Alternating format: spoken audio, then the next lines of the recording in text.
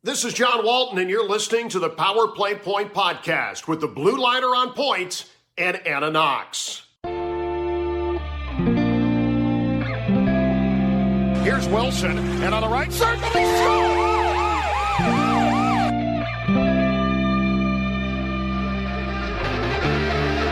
Rebound loose, wild scramble in front, score! Ovechkin with a buzzer beater! It'll count! And the hat trick tonight, number 21,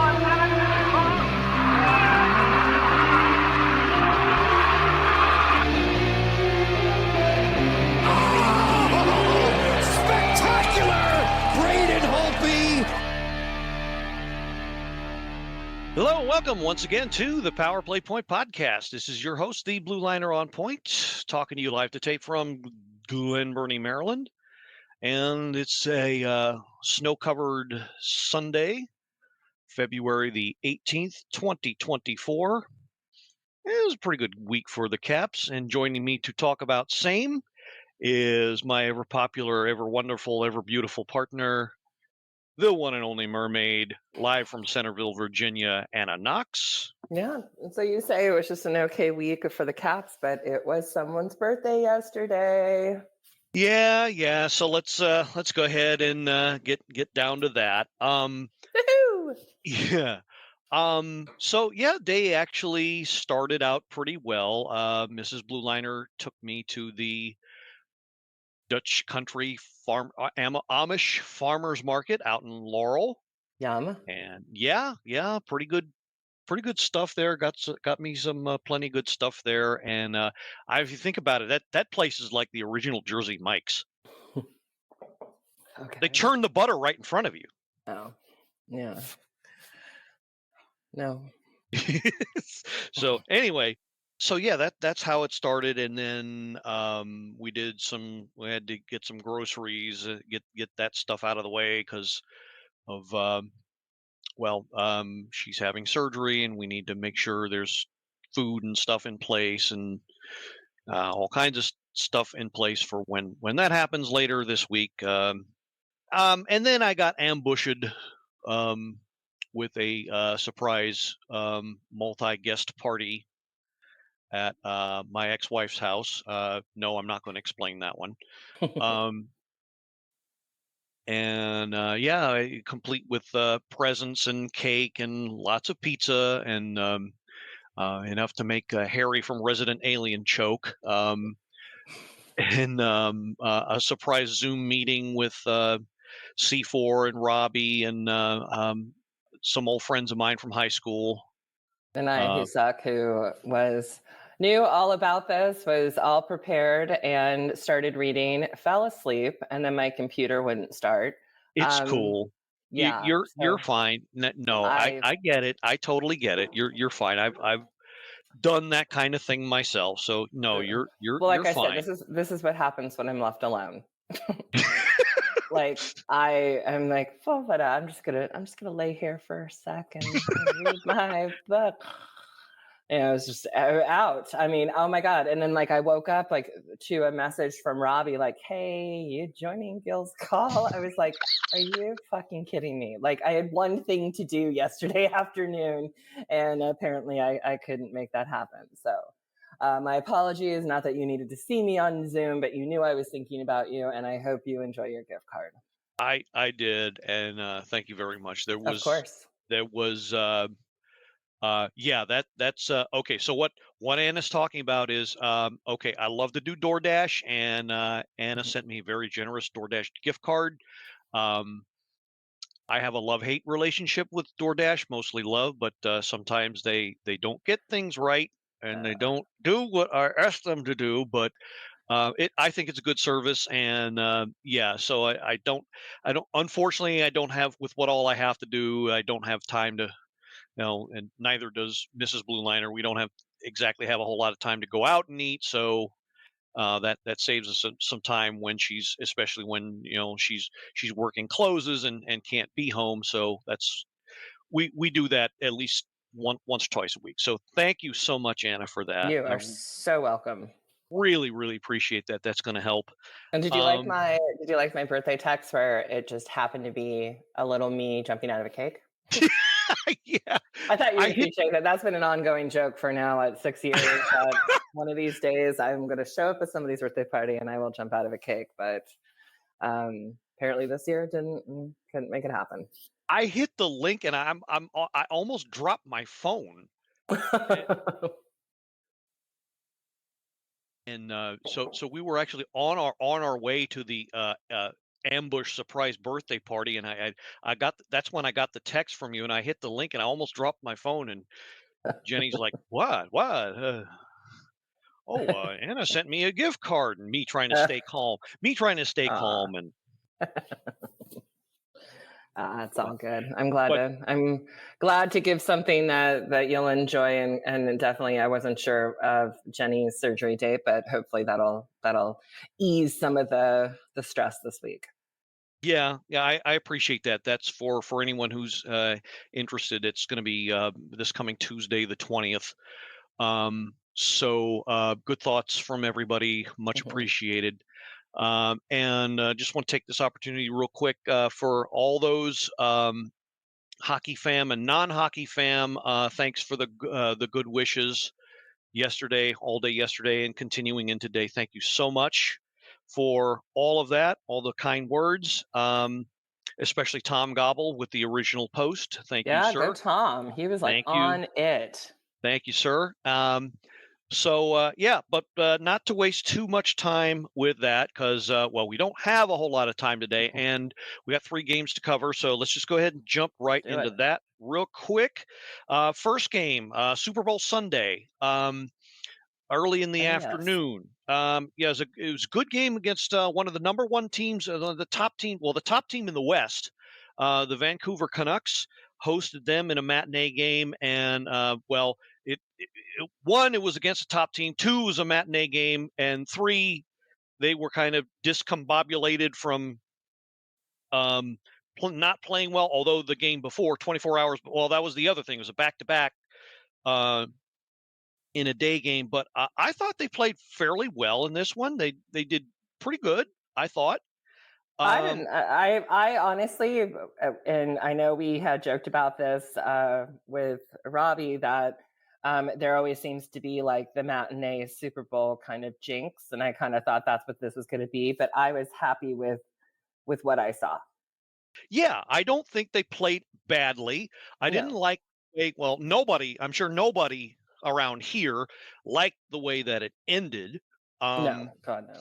I know one person in Vancouver who's a Caps fan who probably didn't like the way that it ended, but I think overall is a pretty good effort. So let's run down the scoring real quick. 1:08 into the first period. Nick Dowd gets his 8th. Obi Kubel and Sandin on the assists on that one. Caps take a quick lead. 10 minutes later, Connor Garland of the Canucks ties it. So it's 1-1, end of 1. Go into the second, and Alex Ovechkin gets his 13th. Now, I think this was like his second game where this was still part of the streak, I'm pretty sure. This is his second or third game. No, right, the Dallas game from the break was where he got his. So this is still in the middle of the streak. I think this is like his second or third straight game with a goal. His 13th. Strome and Oshie, that line has been killer. 7:37 in the second, take the lead back. Hoglander for the Canucks, 16th. Pettersson and Quinn Hughes of the Hughes brothers trio ties it 8:48. So we're tied all the way through the third period, no scoring, and then overtime comes, and then oh boy. We're not gonna talk about the actual Super Bowl itself because that was kind of a bummer too, but it's kind of strange that the same result kind of happened for the teams we wanted to win in both. What are the chances? I mean, like let's be real, because I watched obviously this because the Super Bowl wasn't on until freaking 6:30. There's like really 5 seconds left, and then however many hours later, 6 hours later in the Super Bowl, we're 5 seconds, 3 seconds, and both teams lose. Damn. Yeah. So I'm sure we all saw the play, but to recap it once again, Connor McMichael was trying to do a breakout from behind his goal. He was trying to get it up to John Carlson, who for some reason moved the opposite direction of where the puck was going. So I would say that it's not, I would not put that all on Connor McMichael, because I knew what his intention was. Get it to the guy who is supposed to be your best guy with the puck and break it out of the zone. Well, something went A miscommunication. off kilter, ass backward, whatever you want to call it, with the communication between those two. And John Carlson zigged when he should have zagged, and the puck ended up on somebody else's stick. That somebody else being JT Miller, who put it away for the win with, as Anna said, 5 freaking seconds left in the OT period. And as Robbie said, not that I personally would have been happy with the shootout, but at least with the shootout, you still had a chance. But yeah, game over. And but I mean, it's still the number one team, and you still held them basically to 2 goals in 60 minutes and 29 shots overall, and you got 33 shots on them. Only 2 chances on the power play, so But power play and the face off. Yeah, I can leave it, but not bad. Second period was actually pretty good overall, I thought. 15 shots on goal, and so for the good part of the game, yeah, they outplayed the number one team 5-on-5. So can't be too displeased with that, and they got the loser point out of it. So we'll take it. Like I said, we'll take it. Didn't like the ending, but we'll take it. So walk away from that. And then a couple days later, Valentine's Day Eve, stay at home and face the team that gave them a royal spanking about a week and a half before, the Colorado Avalanche. I'm going to make no secret of this. They're actually my pick to win the cup this year. Largely because they were my pick to win the cup last year, but I think so. I think they've got it. I think Vancouver's guys are too young. They're gonna not play the way they're playing in the playoffs. It's always that just below the top team that seems to make it, and they got a lot of guys who have been through the wars, and I still say Nathan McKinnon's the best in the league right now. I agree with McKinnon. I don't know. I'm thinking Florida. It could be a Colorado-Florida matchup. I would love to see that, but I think Colorado takes it eventually. I think Florida takes it. Very interesting to see. Not that I'm rooting, but yes. Anyways. Yeah, your expert analytical opinion. Yeah, I totally get it. Okay, so quick rundown of the scoring. Ross Colton gets his 11th. Miles Wood and Arturi Lehkonen assists on that. 1-0, 2:46 in. About 2 minutes later, Devon Taves, his 9th. Johansson and Cogliano with the assists on that one. 2-0 Avalanche. And I remember this game. We're just like Pepperidge Farm does. I thought immediately, okay, Christ, here we go again.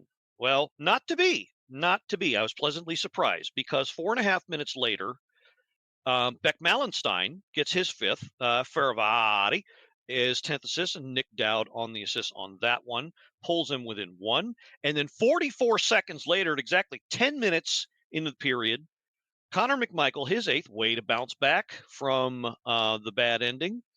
Mantha on the assist on that one. So 5 minutes, just about 5 minutes after they fall behind 2-0, they're dead even again, and that showed a lot of fight, I thought. So okay, here we got a game again. We got something. And okay, full disclosure, maybe I ought to quit my career as a gambler, because I had this big ass parlay bet on this game, and I rarely talk about this. I know, but I think everybody will get a laugh out of this. I had this big ass parlay bet, and a parlay bet, for those who not familiar with, not that I want anybody to get in the habit, but it's a bet where you take a game or multiple events or multiple options within a game. So like for this game, I had Devon Taves getting like 2 shots on goal, McKinnon getting 3 shots on goal, Ovechkin getting two or three, I forget what it was, shots on goal, and stuff like that. A bunch of bets like that, and I had both Beck Malenstein and Connor McMichael not scoring in this game, and those were the only 2 items I missed on. Damn. So, yeah, that was, I don't know, maybe I was in some whole other astral plane at that time, and I don't know, but yeah, those are the only 2 things I got wrong. Everything else I got right. It's like 8 or 9 things I put in. They all came through except for those 2 things. I don't know why I thought those 2 wouldn't score, but they did. But yeah, thank goodness for them. So was glad to be wrong, at least in that aspect. So along comes the second period. Caps are keeping up pretty well until about 8:50 in the second, and Arturi Lehkonen jumps on the score sheet again. His 4th. He just came back from injury, although so his totals would be higher otherwise. So his 4th, Colton and Bobyram on the assists on that one, and then Mikko Rantanen his 29th. You talk about tearing it up. Him and McKinnon, those guys are they're tearing things up, that whole line. So Lehkonen and McKinnon on the assists on that one. So Lehkonen, Rantanen, Lehkonen, Rantanen, Lehkonen, Rantanen, Lehkonen, Rantanen, Lehkonen, Rantanen. Sounds like a freight train going off the rails. No, it doesn't. But so that was 17:03 his goal in the second. So we're 4-2 in the third, and Caps are lagging behind. Then the Caps get a power play about 8 minutes in, and Ovechkin continues his streak, his 14th on the power play. Carlson and Mantha the assists on that one. Like seeing Mantha on the power play. Good reward for the season he's having. And then the game kind of drags on and on and on, and the Caps are fighting but not getting the scoring chances they need. So they pull the goalie, and yeah, it doesn't go well. I think the score is a little distorted because Colorado ends up getting 2 empty netters, one from Lehkonen and one from Miles Wood. So it ends up being a 6-3 win for the Avalanche. I thought they kept up pretty well. Bella obviously approves. All right, I'm going to open the back door so they can go bark at whatever delivery person is in our neighborhood. Okay. Give me just 1 sec. Sure. Yeah, I'm looking at the penalty minutes. I don't remember Caps getting so much in penalty. Oh, okay. Most of that was a 10-minute misconduct to John Carlson. Yeah, I think he was none too pleased with the officiating, but a lot more on that a little bit later. Shots on goal. Caps started pretty well with 12 in the first period, then they kind of tailed off. Ramped it up a bit back in the third with 9. But yeah, they got 3, but you know, when you're dealing with a high-powered offense like what Colorado has, you need more. You definitely need more. So there's that. So on to the last game in the week. Caps had a nice long break, 3-day break into yesterday, which is my birthday game. So Caps went up to La Belleville in Montreal in the province of Quebec to face the Canadiens. And okay, going to run down this game. Who else? Anthony Mantha breaks open the scoring at 3:40. You know he gets fired up for these games in his home province. Protus and Jensen on the assists on that one. And then I like hearing Protus's name. I like hearing it too, and I thought he had a very good game. I hope this is like the beginning of a lot better for him. Yeah, he kind of went a little quiet there for a little bit and was making me concerned, but I'm glad to see this. Yes, definitely. So he came through when he was needed. Always a good sign. Arbor Jackeye tied the game. Can I just say, like, when I look at a name like that, like, that's exactly why people laugh about hockey and like names that you're like, what is that? How do you even say that? Like, look, Xhekaj. And that's such a great name for a hockey player, Jackeye. As Oh, in, that's what he's going totally. to But do it's to just, you. if I was to look at that, I mean, like, someone who hadn't watched the sport, I'd be like, oh, what? But it just is funny because it's like Mantha, Oshie, New Hook, Milano, like, names that you're like, and then there's that one, and it's like, holy shit, that's just like, it's just one of those funny, like, SNL kind of moments. Yeah, that's going to go down as one of the great hockey names of all time, I think. Even if he never ever plays another game again. True.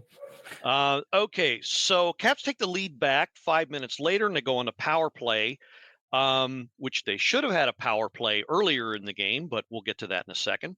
TJ Oshie, his 10th of the year and career number 300 So for him. fantastic. So well deserved. Strome Love and it. Ovechkin on the assist on that one, and yeah, that one, his usual spot in the bumper position, he slams it home, and I really wish that one was at home, but we'll take it any way we can get it. And you knew he was going to knock on the door, and it's great to see him in double digits again. Yeah. He's been And looking hot. yeah, He's been looking. You don't want to say like old Oshie because like, I mean, how we've all aged, but he's been looking good, and he looks happy, and so I'm liking that because I'm not seeing like pain in their face, like that there's an injury or something that we're not being privy to. Yeah, and that's always a good thing. He definitely looks like he's a lot more comfortable playing, which is always a good thing. So we go into the second, Caps up 2-1. New Hook, you just mentioned, ties it for the Canadiens, 16-15 in. Joel Armia on the assist on that one. And then Sonny Milano, who is just came back from the lineup, gets his 5th, and he attacked the net courtesy of Pacioretty and Edmondson on the assist. So he took a straight beeline to the net and said, "Om nom nom nom nom, om nom nom nom. Who got the puck? Me got the puck. Me want the puck. No, not the cookie. Me want the puck. Me want the puck. Not puck. Me say puck. Not that other thing that say up. Me want the puck. Me want cookie too." I'm only letting it go because it's your birthday weekend. Okay. All right. So he puts the Caps back up again, and then that guy again, who always seems to play well against the Caps, Nick Suzuki. Don't call him Ford, Honda, or anything else, or Harley Davidson, even Nick Suzuki. His 20th, Slavkovsky and Matheson on the assist, and that on the power play that they probably should not have had. 9:45, but then a couple minutes later, Alexei Protas, his 4th with the game winner. Love it. Dowd Mantha on the assist on that one makes it 4-3, and we would end without I'm totally with you. I did some barking myself at the TV because last 5 minutes, oh boy, oh man.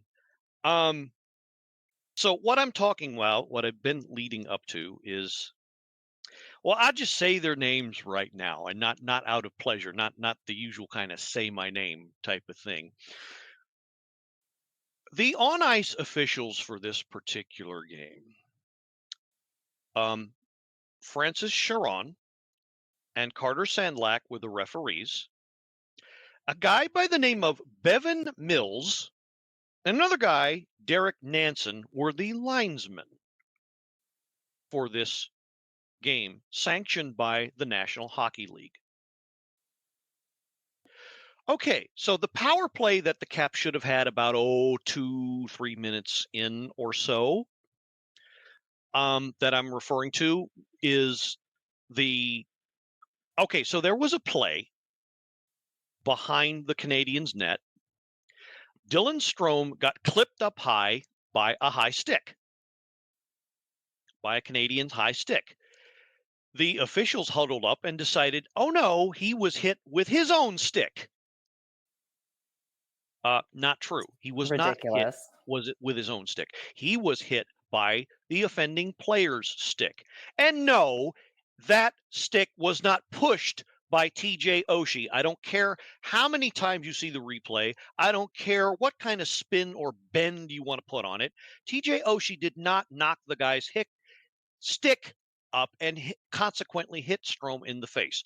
No, you watch the replay properly, and the stick moved of its own volition and hit Strome squarely in the cheek. Okay, that is what happened. I didn't need 5 times seeing the replay to know that's what happened. I didn't need any special angle from Toronto to know that that's what happened. Right. For some reason, these 4 idiots got together and decided, oh no, that's not what happened. He hit himself in the face with his own stick. That was their announcement. That's embarrassing. It's embarrassing. What is this, a Three Stooges? You hit yourself with your own stick. What the hell? That was bad enough.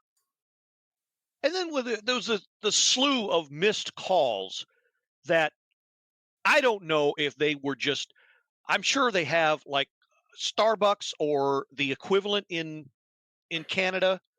I don't know if they were on an extended latte break up there or what, but they just refused to call anything much after that. Oh, and then with about 2 minutes left, they decided, or halfway through the third, they decided to start calling penalties again, but only on the Capitals. Yeah. A phantom slash against Brendan Gallagher. Now, I'm not going to let Monumental off the hook. Their camera angles were piss poor in this game. Okay? But I didn't see any slash. I didn't see any slash on that play. If anything, Gallagher tripped over Carlson and fell into the goal cage. That's what I saw. I didn't see any slash. So how you could call slashing is beyond me. And then 10 minutes later, I don't know. I don't know what this was about.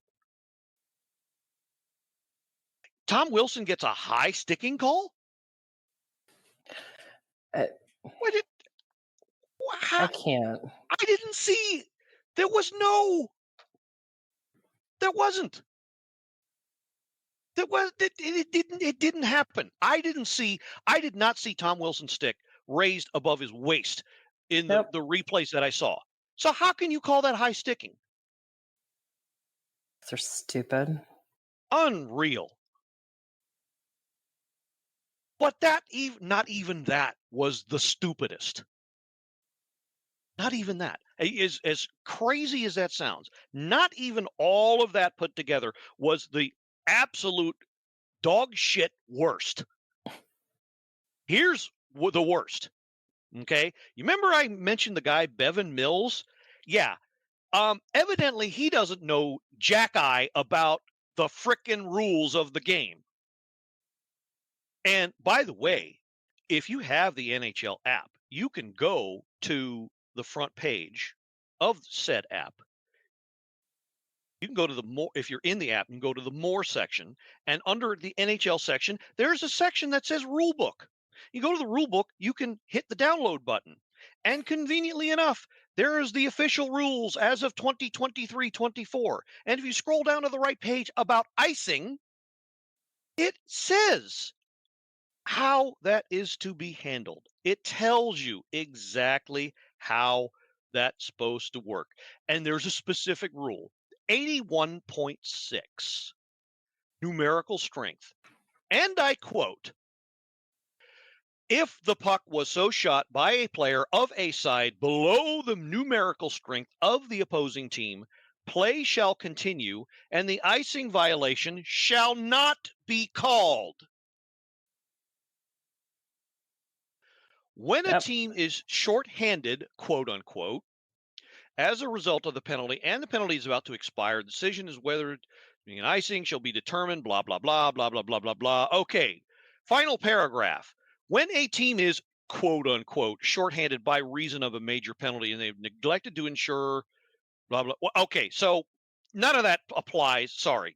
I thought it did. None of that applies to this situation. The first paragraph did. So basically, icing, if you are shorthanded, is legal. What that means is you can shoot the puck down the ice and force the other team to go get it, go retrieve it, thus helping to kill the penalty. It's legal. It's not a violation. It should not have been called. This dumbass linesman was 2 seconds away from calling a face-off in the Caps' end, and then he realized his mistake. His partner kind of sidles up to him and says, "Hey, that was wrong." Flat out wrong. So they made the face-off at center ice. I don't know about you, Anna, but if I forgot the hell how to do my job conveniently for any amount of time, I would be fired. Oh, 100%. How do you not know your job is to enforce the rules of the game? Every one of them. It's bad enough if you miss an offsides call. We got replays to cover that. It's bad enough that you mess up a goal call. We got replays to cover that. This isn't replay eligible. This is the kind of thing that this is their one job. This is their area of expertise. How do you not freaking know? I mean, what? This had to be the on-ice brain fart of all time. I'm telling you, this guy, Bevan Mills, if it were up to me, he would be fired from the league right now. And the only job he would hold down would be to clean the toilets in a Tim Hortons in the Yukon Territory.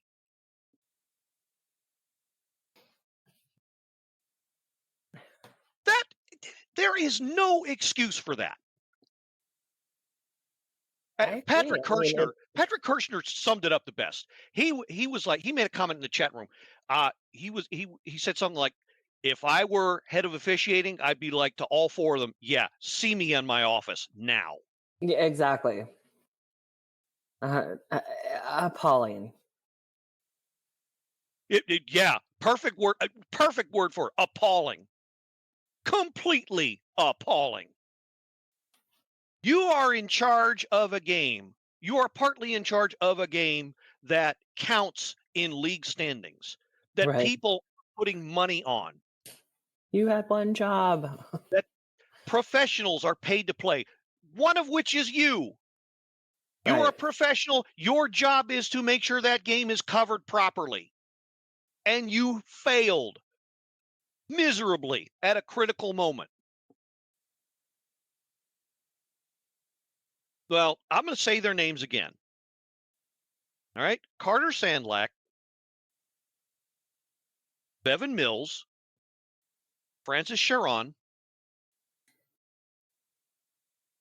and I don't have the game in front of me, so I forgot the last guy, which might be a good thing because he might have been not the worst. Derek Nansen. If these four guys, any of them, are allowed to officiate even a first-round playoff game, I want to know. I want to know, because that will mean that the standard of officiating has officially fallen, and it has fallen. This was, I don't know what other word for it. So if you got virgin ears, go ahead and cover them. This was a big pile of bullshit. Big time. Absolute big time. Terrible. All right. So I don't like wasting time on that, but it had to be called out. It was called out all over Twitter. It was called out everywhere hockey fans gather. That's infuriating. Appalling, infuriating, big old what the fuck moments. Whip out your thesaurus. Yeah. So, and it's one of those things where it's like, it's just, especially when you have so many people watching and everyone else is like, what the fuck? Like, this is what we see. And you, one person, see something different and your say counts. It's like, just glad that we had a win, because it really would have been, blown up on social media had we lost. Freaking pleptic if they had lost because of this. Yeah. But yeah, when the second I saw his arm go up, I was like, what the effing F are you doing? What are you freaking doing? Yeah. Because I knew. And I'm just a 50-year-old fat guy who's been watching games 9/10 of his life. And I knew that. Right. Crying out loud. But hey, Mr. Evil Commissioner Bettman, I know you're not listening, but if somehow this gets back to you, please do something about this. Please. Because it's becoming amateur hour. There's people who ref beer league games I know that could do 1,000% better than this. Right. All right, rant over. Okay. All right. So let's quickly go through previews of coming attractions. Next week is going to be all right. So going to skip to Tuesday. Next game for the Caps is Tuesday the 20th. They stay home against they stay home come back home against the Devils for one quick game, 7:00 puck drop. Then it's a quick trip down to Florida. First the Lightning on the 22nd, 7:00 game, and then Saturday the 24th against the Panthers, 6:00 puck drop, and that ends our coverage week. Then they go in the next week. It's a Monday night game, and Robbie's talking about doing a watch along for the third period for that game against Ottawa back at home. So, all right. So that is the immediate future for our Capitals. And of course, the clock is ticking towards the trade deadline. We're about 3 weeks or so away from that. So it's going to be very interesting to see what decisions are made. But yeah, we're getting pretty close. Kind of hoping it's not a big sell-off, to be honest with you. But, like I said, decisions to be made. They need to go. They need to figure it out, and quick. So going to be interesting, but we'll see. All right, Anna, did you have anything that you wanted to put out there before we? No, I'm glad you had a good birthday. It wasn't a terrible week. I'm honestly not feeling super optimistic going into this next week's game. Yeah, I kind of give it like a 1 out of 3. I get it. I think we got a good shot against the Devils. Detroit, I'm not so sure about. Beyond that, I'm not. Going into week after next anyway. But yeah, the Florida trip might be brutal. Yeah, kind of brutal. But we'll see. We'll see. We got some. Got some guys who are playing for their job, so you never know. But very true. I did promise you a little something, though, and I just sent it to you since you will unfortunately not be a part of our broadcast with via Sports on the Hill, our content partners, starring Robbie Gross. The Crown. And that right there is what you missed during our Zoom conference. Yes, Mrs. Blue Liner pulled out all the stops, and had but me I got wear you that shirt. That abomination. Yeah. I got the shirt. Sort of there. I got the shirt. I'll trust me. I'll be wearing that. Oh my God, that's great. That crown. That's classic. Yeah. Good deal. I also promised Robbie on the our Zoom cast that I would be wearing that for the show tomorrow night. I love it. You know what? I can handle that. Cowboy hat, not so much. Okay, that's cool. But yeah, I wanted you to be able to see, since you wouldn't be able to make it tomorrow. Yeah, I know my family's coming back, and we've just got this crazy week. And like on Tuesday, I have to I'm at school at 7:30 on Tuesdays and Thursdays, and we have to stay for a science family night. So Mm. I will literally be there 7:30 to 7:30. Yeah, this is the part of the year if you're involved with anything with a school that things really start to ramp up Yeah, it's because a, it's the second full semester, a yeah, marking period, and grades need to be collected, and it's a uh, lot. field trips need to be planned. Yeah, trust me, I know the whole 9 yards backwards and forwards. Yep. So that'll be me not being there Monday because my family's coming back that night. But I appreciate Represent as well with the crown and all.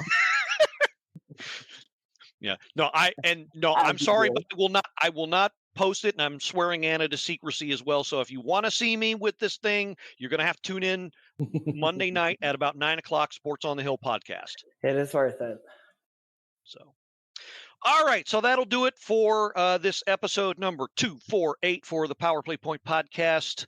And so for the Mermaid Anna Knox, this is the Blue Liner on Point signing off and reminding you that well, I had the pleasure of chaperoning Oxygen and Magnesium who went out on the date. Everyone was like, OMG. Mm. Mm-mm-mm. Hallelujah, and let's go Caps. Go Caps. This has been another episode of the Power Play Point podcast. All episodes are available from Apple Podcasts, the Podbean app, blueliner77.podbean.com, and now available from Stitcher. Music by Joe McAllister, voiceover by Jeffrey Conkle.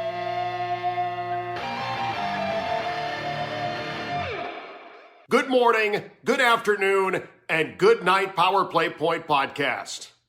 Thanks for listening. Oh gosh, gal.